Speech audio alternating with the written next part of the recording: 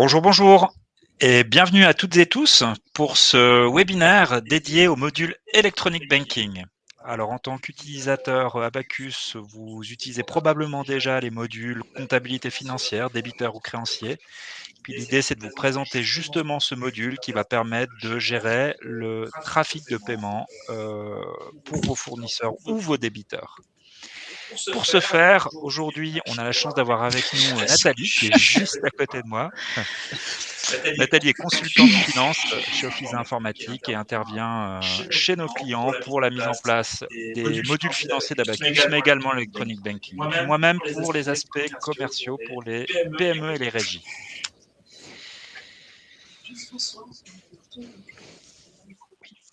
On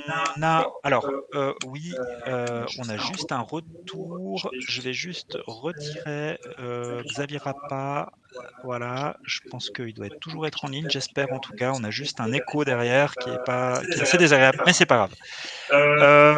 Au sommaire aujourd'hui, donc, je vais très vite laisser la parole à Nathalie pour la démonstration de ce module. Je reprendrai la parole à la fin pour un bref résumé des licences et des prestations de services nécessaires pour la mise en place de cette fonctionnalité. Et puis questions-réponses, n'hésitez pas, vous avez sur votre droite la possibilité d'aller poser des questions. Il y a un onglet questions ou chat, c'est égal.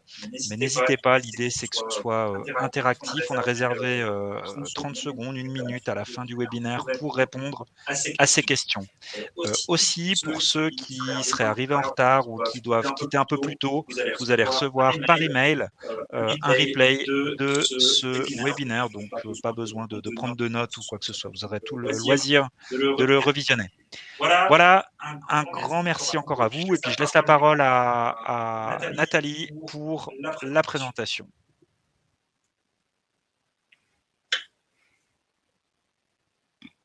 Juste slide suivant. Donc, bonjour à tous. Voilà, merci. En guise d'introduction, je voulais vous parler de 4 parties pour décrire Electronic Banking.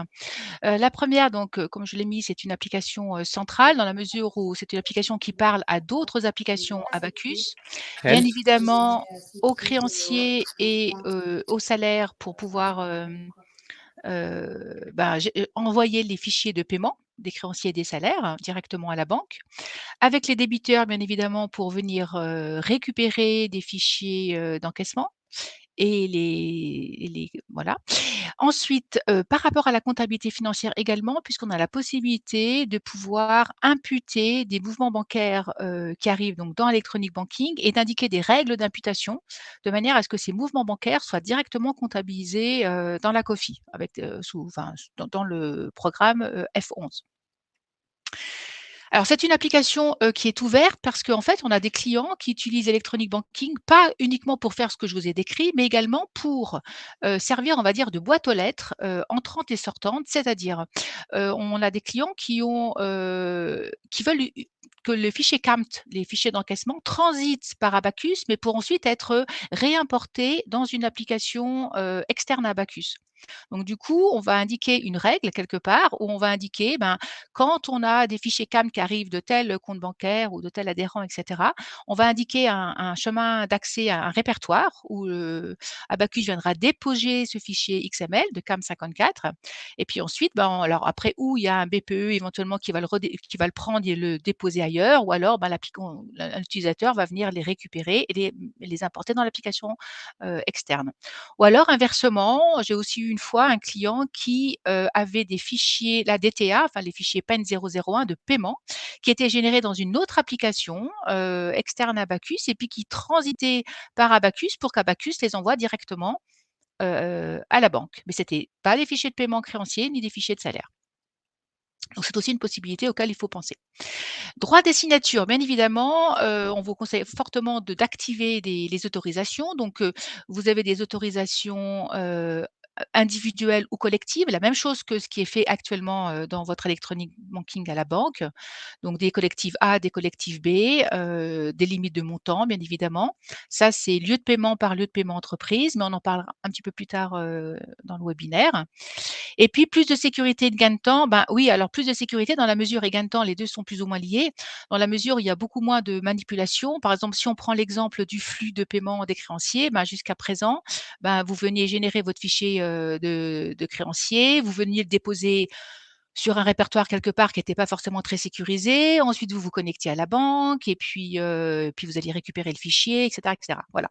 Donc maintenant, vous avez, tout ceci avec un clic se fait en direct et ça reste enfin, c'est directement envoyé d'Abacus à la banque sans transiter par des répertoires, quelconques. Mais on en parlera également un petit peu plus tard.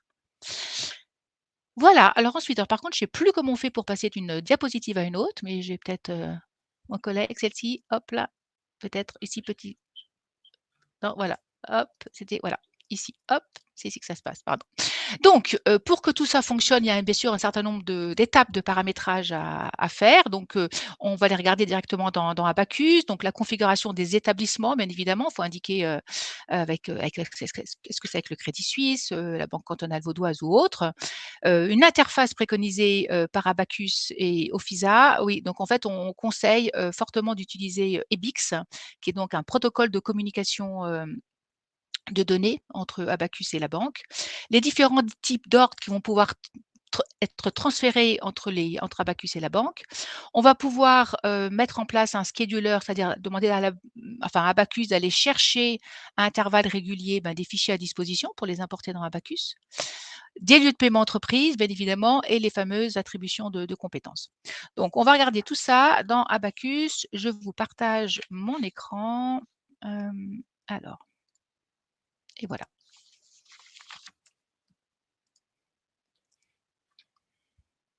Je vérifie juste et voilà, on y est. Donc, un établissement, voilà. Donc première étape, on crée un contrat, donc un contrat, avec la banque, donc là c'est avec la BCV pour le coup. Et puis, ce contrat, on peut très bien utiliser un contrat pour plusieurs comptes bancaires. Donc ici, on retrouve les fameux lieux de paiement entreprise. Vous savez, c'est vos comptes bancaires à vous. Et dès lors où on lit dans cet écran ici le contrat EBIX avec les lieux de paiement, on retrouve la même chose dans un écran, que j'ai dû mettre également en favori, dans un écran que vous connaissez fatalement. Voilà, donc ça c'est l'écran que vous utilisez quand vous voulez payer vos créanciers ou vos salaires. Et là, on voit ici, vous voyez, vous avez dans la partie ici, dans cette colonne-là, établissement. Ici, on voit bien que dans mon lieu de paiement 10, j'ai donc un contrat, EBIX. Derrière hop, on retourne ici, c'était voilà. Au sein de ce contrat, on va indiquer ici, quels sont les mouvements qui vont pouvoir, transiter. Donc on a, recevoir les types d'ordres. Alors qu'est-ce qu'on va recevoir? On va recevoir pour le coup, alors à la fois les CAM 52, 53, 54, hein, donc 54 c'est les ex-BVR, enfin les QR, les 53 c'est notamment les relevés de banque par exemple. Et puis vous pouvez également recevoir quelque chose qui est bien pratique, qui est le PAIN 002, qui est le récépissé de bon envoi, enfin de bon paiement des salaires et des créanciers. C'est-à-dire que quand vous envoyez le PEN 001, eh bien le lendemain, enfin dès que la banque a traité, vous pouvez, savoir s'il y a eu des rejets ou pas. Voilà, donc du coup, ce fichier-là, il arrive directement dans Abacus et vous pouvez directement le consulter dans Abacus depuis un programme dédié.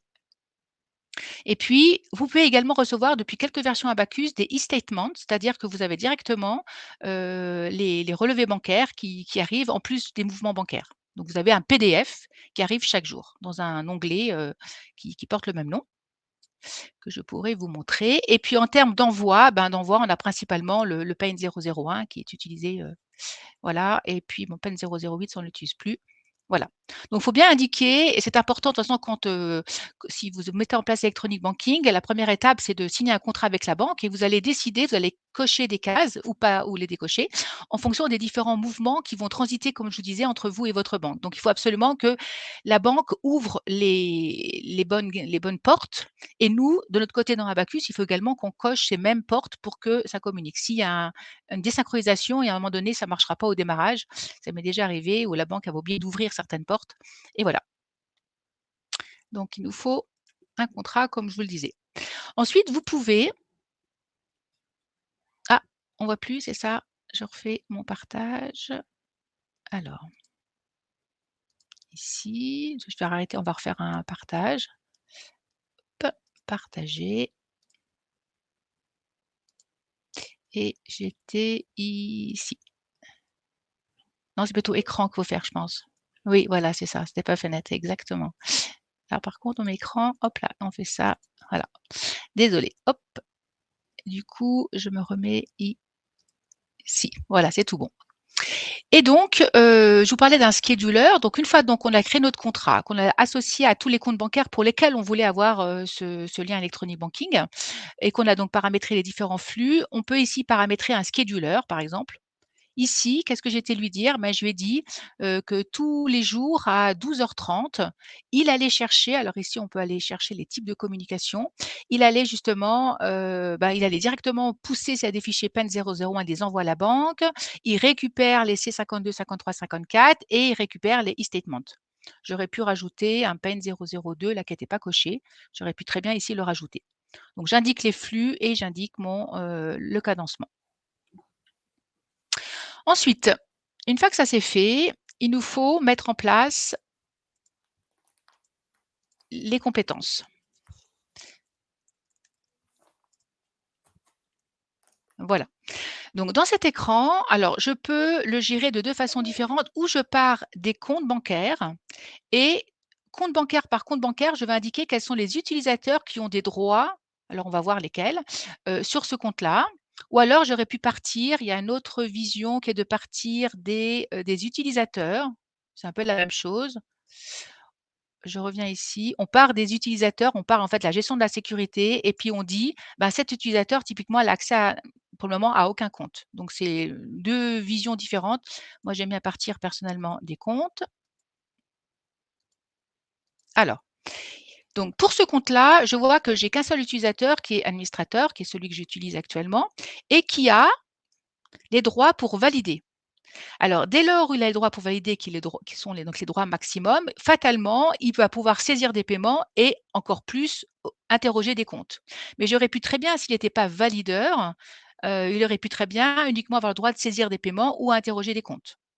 Mais qui peut le plus peut moins, s'il est au-dessus, il peut tout faire. Alors, quelles sont ces autorisations? Donc là, en l'occurrence, j'ai une autorisation individuelle, mais j'aurais pu avoir du collectif A ou du collectif B. J'ai une limite de montant, 10 francs, pas beaucoup. Et je peux également, si j'étais en collectif A ou collectif B, je peux encore aller plus loin, dans la gestion des compétences en créant aussi ce qu'on appelle des groupes SI. Ah, petit problème, on va aller dans E421. Voilà, et puis ah, je les ai pas activés. OK, je les ai pas activés. Alors on va juste les activer, c'est ici, voilà, c'est pour ça qu'il était pas content.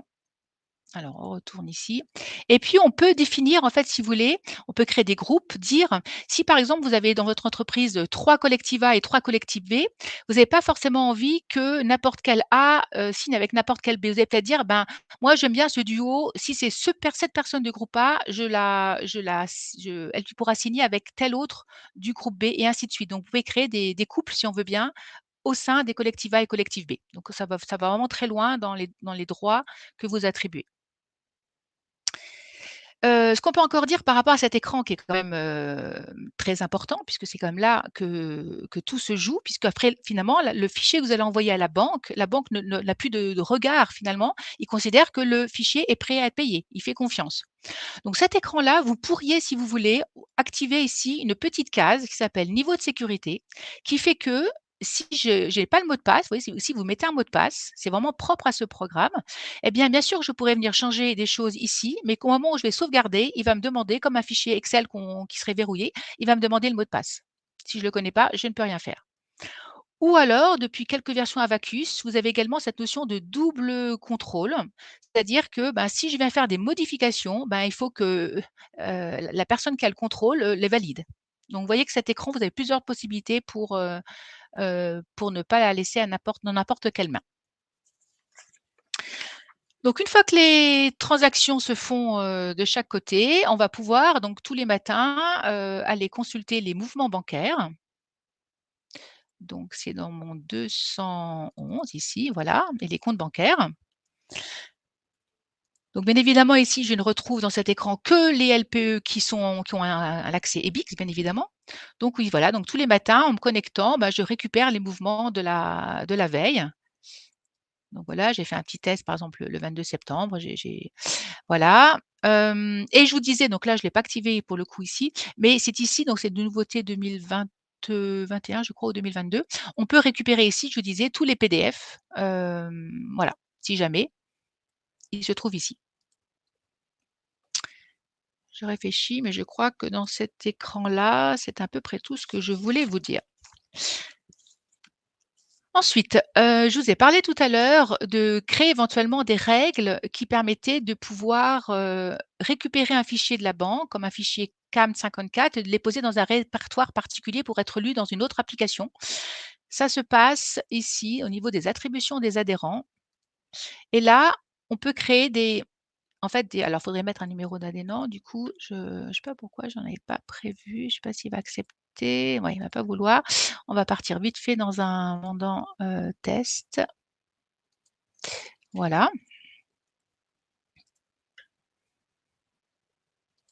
Voilà et puis vous voyez ici, alors là pour le coup c'est le numéro d'adhérent, là on lui dit ça c'est classique, tu le mets dans l'application, des débiteurs, voilà et on peut très bien créer donc une nouvelle règle, donc je crée une nouvelle règle ici. Je lui dis, pardon et ici pardon, je vais indiquer la cible export, c'est-à-dire je vais dire, ben, je vais créer une nouvelle règle et je vais dire, ben, ce fichier tu me le déposes à tel endroit, tout simplement. Donc c'est grâce à ce répertoire ici que vous allez pouvoir, venir déposer des fichiers qui n'auront rien à voir avec Abacus.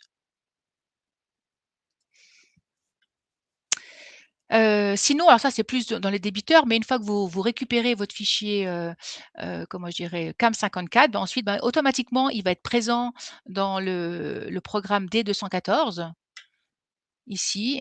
Donc vous le trouverez automatiquement tous les matins ici. Pas besoin de faire comme vous le faisiez aujourd'hui, vous connecter à la banque, récupérer le fichier CAMT, venir ici, faire importer, venir le chercher. Ou vous allez le chercher en cliquant ici, il va directement le chercher de lui-même, mais ce qui est mieux, c'est ce que je vous montrais tout à l'heure avec le scheduler, il s'y trouvera directement ici.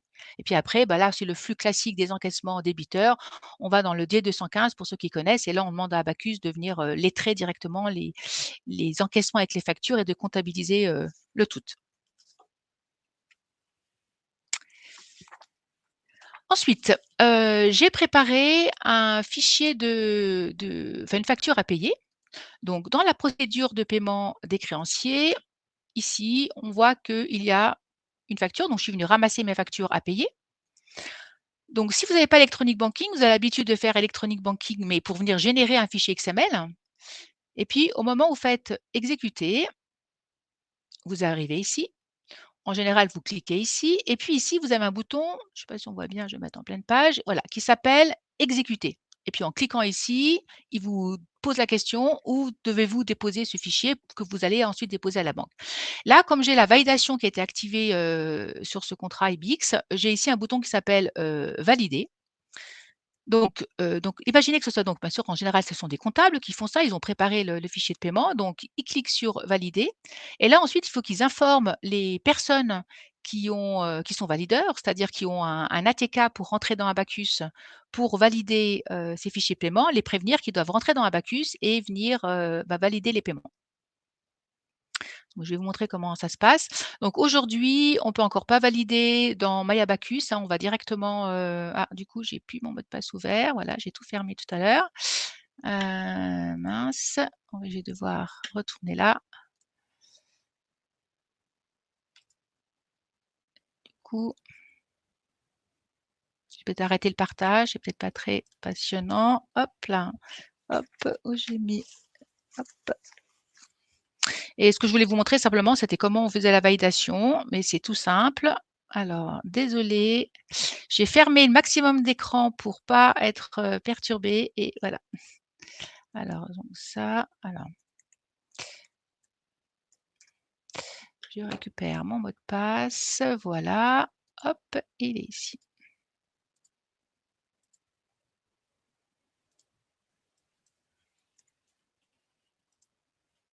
Voilà, je reviens et je repartage. Hop,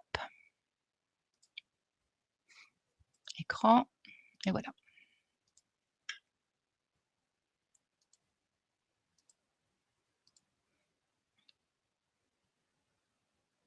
Voilà.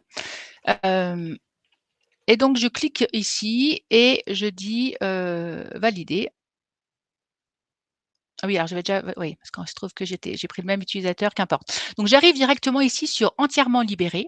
Si j'avais été en collectif A ou en collectif B, j'aurais eu le statut, partiellement libéré et puis quand la deuxième personne se serait, connectée et aurait cliqué la même chose, actif, validé, il y aurait eu entièrement libéré et une fois que c'est fait, si vous n'avez pas mis en place le scheduler pour qu'il parte automatiquement, il faut juste que la deuxième personne ou la première personne si elle est en comment dire? En autorisation individuelle, aille ici et puis dise: «Clique et on y va» et là, mon fichier part à la banque. J'ai toujours la possibilité de pouvoir, donc là, il est vraiment parti à la banque. Je suis vraiment connectée avec la banque. On a toujours la possibilité de pouvoir consulter un fichier de paiement créancier et de savoir, qui, l'a validé, à quelle heure et cetera.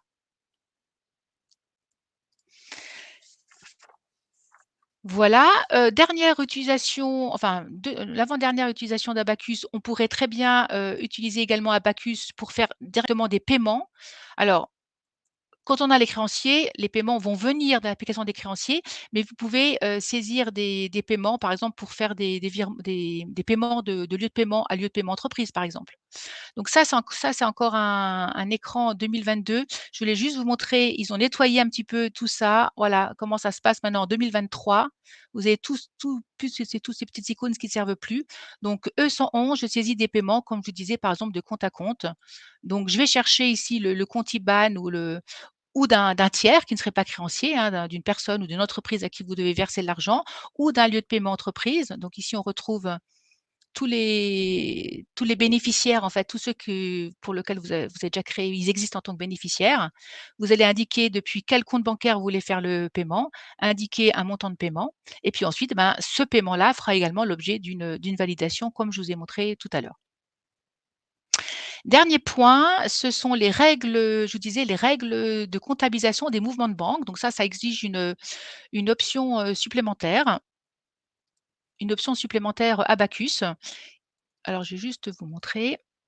Donc encore une fois que, tous les mouvements liés aux créanciers sont comptabilisés, les mouvements des paiements de salaire sont comptabilisés, les mouvements des encaissements débiteurs sont comptabilisés, il vous reste malgré tout des mouvements bancaires qui peuvent être des frais, de toutes sortes d'autres choses et puis vous avez pas envie de devoir les comptabiliser manuellement. Donc 2 possibilités, ou vous créez des règles ici et puis, alors vous allez donc c'est des règles qu'on rattache à des lieux de paiement. Sur le lieu de paiement numéro 10, j'ai fait par exemple une règle des mots, on va aller voir. C'est vraiment un truc tout bête. Je dis que je veux qu'il me propose un compte s'il y a 95 des conditions pour qu'il détecte que le mouvement, est celui que j'attends, enfin qui doit bien être comptabilisé dans les bons comptes. S'il y a 95 des conditions qui sont accomplies, alors il va me proposer un compte. Et là, alors là, je peux mettre du «et» et du «ou». Là, j'ai juste dit: «Si tu trouves dans le texte du libellé du mouvement bancaire, dans le champ information, quelque chose qui s'appelle par Amex», j'aurais pu mettre «et» en plus, je peux mettre ici un supplément, je peux mettre du «et», heu, ou du «ou» et par exemple que le montant soit de 5 francs et et cetera. Alors, ici, bah, tu vas me comptabiliser, ce mouvement sur ce code TVA, cette section si besoin et cetera. Depuis quelques versions, vous avez la possibilité de pouvoir récupérer, dans la COFI les libellés d'origine du mouvement bancaire. Donc qu'est-ce qu'il fait dans ces cas-là? Il vous crée en fait un lot d'écriture avec donc toutes ces propositions de comptes et puis ensuite vous n'avez plus qu'à les valider et tout se trouve dans la comptabilité financière, directement. Il y a aussi des clients qui décident d'utiliser cette option, mais pas forcément pour mettre des règles, mais ça leur précisie les écritures. Je vous explique, je pense que j'ai quelque chose ici à vous montrer. Juste aller dans le E213, voilà. En fait, quand on a payé cette, option de règles, vous avez quelque chose comme ça. Donc il vous dit, par exemple, ben, ce mouvement de 9,99, enfin 90 pardon, il n'a pas trouvé de règles. Donc pour le moment, il les a mis sur un compte bidon qu'on a paramétré quelque part au départ.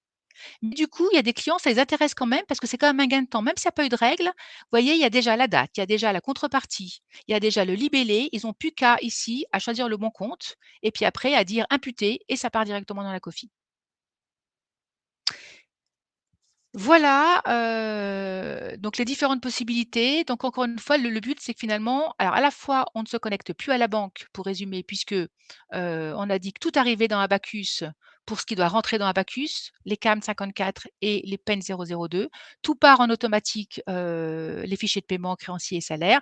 Les mouvements de banque arrivent tous les matins et en plus, cette possibilité de pouvoir, faire transiter, je vous ai dit, des flux, qui rentrent et qui sortent dans Abacus, mais qui ne concernent pas du tout Abacus et dernier point, gagner du temps en termes de saisie comptable pour des mouvements bancaires qui seraient, différents des créanciers et des salaires et des débiteurs. Voilà, alors je ne sais pas s'il y a des questions? Alors les questions peut-être juste après ma toute petite présentation par rapport au modèle de prix Abacus, très rapidement. Voilà, vous êtes déjà client Abacus, bien évidemment, donc vous connaissez déjà un tout petit peu le modèle de prix que peut proposer Abacus. Donc il y a des licences, il y a un module Electronic Banking à part entière à acquérir. Et puis, comme bien souvent dans le monde Abacus, des options, l'option mandant, bien évidemment, surtout dédiée au monde des fiduciaires, si vous gérez plusieurs sociétés. Imputation mouvement de compte, c'est justement l'option dont Nathalie vient de parler juste avant, pour fixer des règles d'imputation. Et puis le double contrôle sur les signatures, Nathalie en a aussi brièvement parlé tout à l'heure, c'est soumis aussi à option. C'est un module qui est voilà, qui est comparé aux autres modules Abacus plutôt, bon marché, auxiliaire, totalement intégré, aux autres modules Abacus. Pour les prestations, là aussi, vous êtes probablement habitués à notre démarche. Pour mettre en place le module Electronic Banking, on va vous proposer, bien évidemment, du paramétrage, de la formation des utilisateurs et puis de l'assistance au démarrage pour les premiers traitements.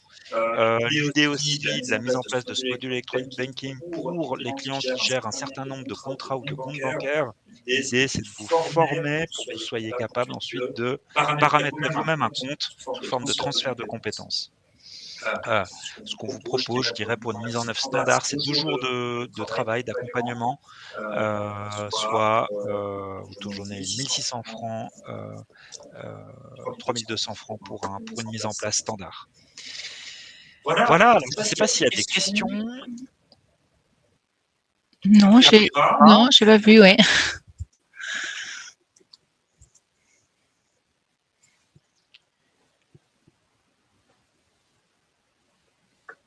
Alors, si, visiblement Nathalie, tu as été parfaitement claire, ce qui est une bonne nouvelle. Si jamais peut-être, alors n'hésitez pas si on va juste couper dans 30 secondes. Alors je vois là ici, on va vite regarder chat, présentation très claire. Merci, Xavier. Merci encore Nathalie. Juste aussi peut-être à vos agendas, le 31 octobre prochain, on a notre prochain webinaire, Abacus Finance, où on va vous présenter les trucs et astuces, des modules comptabilité financière, débiteur et créancier. Voilà, un grand merci, à vous. Toujours pas de questions, tant pis. Bien évidemment, c'est très volontiers qu'on reste à disposition. Si j'arrive à passer le slide, voilà, vous avez nos emails, qui apparaissent à l'écran. N'hésitez pas, on est très volontiers à votre disposition. Merci encore à vous pour votre présence et à très bientôt. Au revoir.